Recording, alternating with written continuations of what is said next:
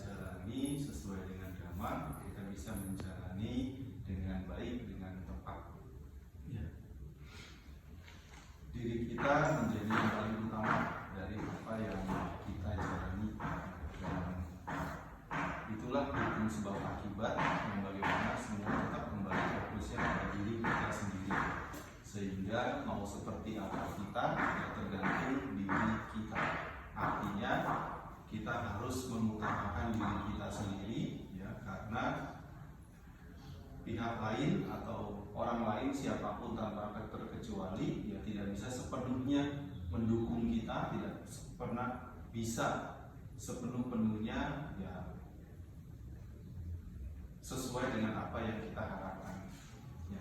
Jadi siapakah yang paling mencintai diri kita? Ya sebenarnya diri kita sendiri ya, sehingga dengan dhamma yang sudah kita pelajari, sudah kita latih, kita harus bisa menempatkan cinta, bahkan tujuan dari cinta adalah kebahagiaan kepada diri kita, dan itu bukan egois. Selama di situ ada dhamma, selama di situ ada moral, selama di situ ada kebajikan, cinta kepada diri kita dengan ingin membahagiakan diri kita adalah sesuatu yang patut kita perjuangkan ya, dengan kebajikan, dengan kebijaksanaan, dengan moral, dan dengan nilai-nilai luhur lainnya.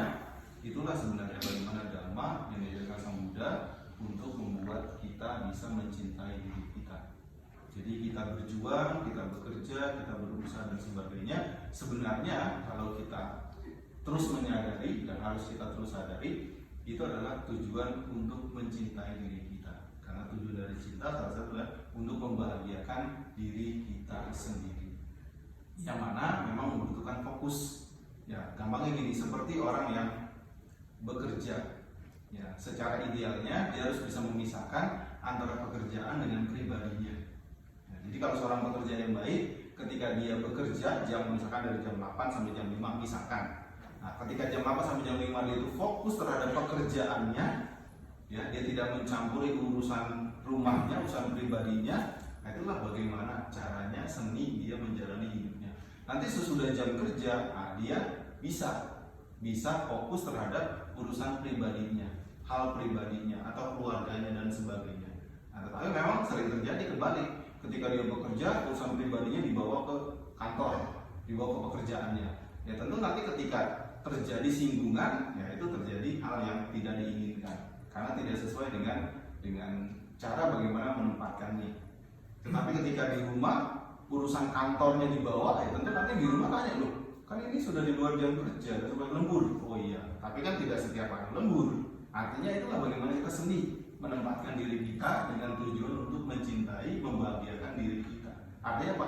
Fokus terhadap posisi yang sedang kita ambil, kita lakukan, kita kerjakan.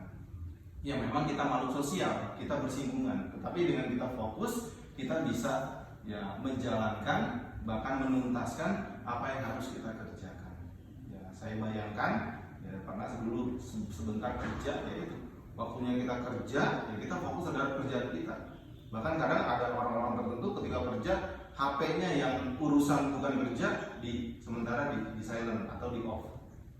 Waktu kerja, kenapa? Supaya bisa fokus sama kerja. Nah sesudah kerja dibalik, urusan kerjanya malah di off kan.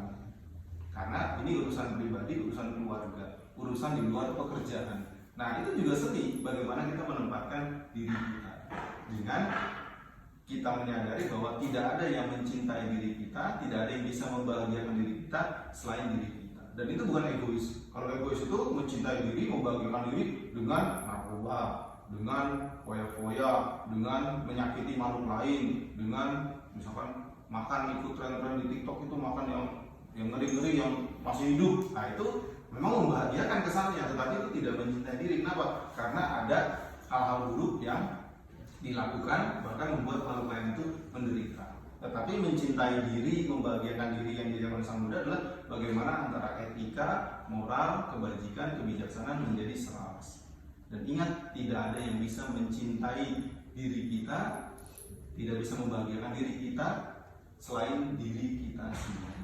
Makanya dengan kebajikan yang sudah diketahui, dengan dhamma yang sudah diketahui, dengan kesabaran, dengan telaten, dengan semangat, itu semua kalau kita ringkas adalah bagaimana rangka tujuan kita untuk mencintai diri kita dengan benar, dengan positif, dengan hal-hal yang tepat. Bekerja dengan sungguh-sungguh, rajin, tekun, telaten, semangat, tidak mudah menyerah, itu sebenarnya sudah sangat tepat bagaimana kita mencintai diri kita. Nah, dengan mencintai diri kita, tentu kita ingin memiliki, memperoleh, mencapai kebahagiaan dengan cara kita masing-masing yang sesuai dengan dhamma. Seperti pekerja yang baik, dia bisa memisahkan mana urusan kantor, pekerjaan, mana urusan pribadi dan di rumah. Nah, dengan itu dia bisa fokus terhadap apa yang bisa dia kerjakan, dia lakukan, dan semuanya tepat memberi manfaat.